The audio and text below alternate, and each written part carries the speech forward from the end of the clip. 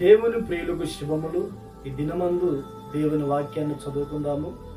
సామెతల పుస్తకము 14వ అధ్యాయము 26వ వాక్యాన్ని మనం చదువుకున్నప్పుడు, యెహోవా యందు భయభక్తులు కలిగి ఉండుట బహుధైర్యము పుట్టించును.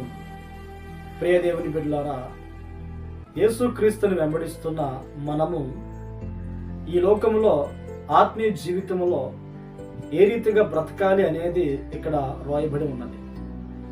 మనము దేవునికి భయపడాలి, దేవునికి భక్తి చేయాలి. పాపములో ఉన్నవారు ప్రతి చిన్న విషయానికి కూడా భయపడే అనుభవంలో నడిపించబడుతూ ఉంటారు. ఈ లోకములో మనుషులకు మనము భయపడే వారముగా ఉండకూడదు, మనము దేవునికి భయపడే వారముగా ఉండాలి. మీ దేహమును చంపువారికి భయపడుకుడు గాని దేహమును అలాగే ఆత్మను నరకములో పడివేయు దేవునికి భయపడాలని వాక్యము సెలవిస్తూ ఉంది. కనుక ఈ లోకములో దేనికి కూడా, ఏ వ్యక్తికి కూడా మనం భయపడకుండా దేవునికి భయపడుతూ ఆయనకు భక్తి చేసే వారముగా మనం ఉండాలి. ఈ దినాల్లో మనుషులకు కూడా భక్తి చేసేవారు సమాజంలో లేకపోలేదు. కానీ యేసుక్రీస్తుని వెంబడిస్తున్న మనము భక్తి చేసే వారముగా ఉండాలి. మన భక్తి, మన ఆరాధన ఆయనకే చెందాలి.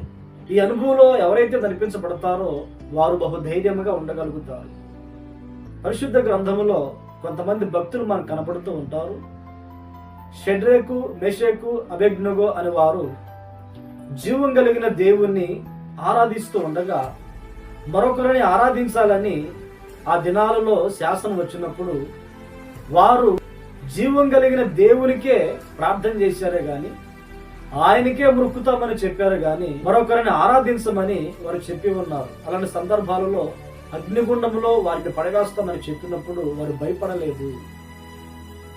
ఈ అగ్నిగుండంలో మీరు మమ్మల్ని పడవేస్తే రక్షించుటకు మేము ఆరాధించే దేవుడు సమర్థుడు. ఒకవేళ మా దేవుడు రక్షింపకపోయినా కానీ మేము మాత్రం నమస్కారం చేయమని ఖండితంగా బహుధైర్యముగా ఆ సమయమందు వారు చెప్పి ఉన్నారు. ఎంత ధైర్యము! ఈ ధైర్యం వారికి ఎక్కడిది అంటే, వారు దేవుని యందు భయభక్తులు కలిగిన వారు గనుక, మరి ఎవరికి కూడా భయపడే అనుభవంలో వారు లేరు గనుక బహుధైర్యముగా వారు అగ్నిగుండంలోనికి వెళ్ళటానికి వారు భయపడలేదు. దానియేలు జీవితంలో కూడా సింహబోన్లో దానియేలు వేస్తారని తెలిసినా కానీ తన దేవునికి తాను ప్రార్థన చేసేదే గాని ప్రార్థన మానలేదు. ఎందుకు అంటే దానియేలు యొక్క ధైర్యం ఏమిటి అంటే, నేను సింహబోన్లోనికి వెళ్ళినప్పటికీ కూడా ఆ సింహబోన్లో నుండి రక్షించుటకు నా దేవుడు సమర్థుడు అని విశ్వాసం ఉంచాడు గనుక, ఆ ధైర్యం ఉంది గనుక సింహబోన్లోకి వెళ్ళగలిగి ఉన్నాడు. ఈ మాటలు వింటున్నా ప్రియ దేవుని బిడ్డలారా, మన ఆత్మీయ జీవితంలో భయభక్తులు దేవుని అట్లా మనం చూపినప్పుడు ఈ లోకములో మనల్ని బెదిరించాలని, మనల్ని భయపెట్టాలని ఎన్ని వచ్చినా కానీ మనం భయపడకుండా ధైర్యంగా ఉండగలుగుతాము. మనుషుల వలన బెదిరింపులు కావచ్చు, మనుషుల వలన భయపట్టే సందర్భాలు మన దగ్గరకు వచ్చినప్పటికీ కూడా మనం ధైర్యంగా ఉండగలుగుతాము. అగ్ని వంటి శ్రమలు, శోధనలు, బాధలు, సింహ బోన్ లాంటి మనుషుల మధ్యలో మనం ఉన్నా కానీ మనము భయపడకుండా ధైర్యంగా ఉండగలుగుతాము. దాని వలన మనము దేవుణ్ణి సంపూర్ణంగా ఆరాధించగలుగుతాము. ఆయన కొరకు అడుగులు ముందుకు వేయగలుగుతాము. మన ద్వారా దేవుని కార్యాలు జరుగుతాయి. మనము దేవుని కొరకు ఈ లోకంలో సాక్షార్థంగా బ్రతకగలుగుతాము. అంతేకాకుండా మన ద్వారా దేవుని నామము మహిమపరచబడుతుంది. ప్రార్థన.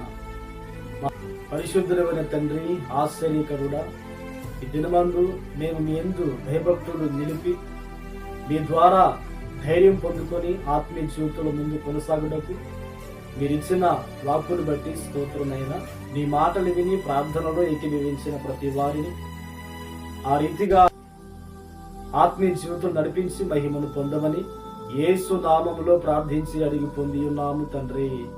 ఆమేన్, ఆమేన్. దేవుడు మిమ్మల్ని ఆశీర్వదించునుగాక.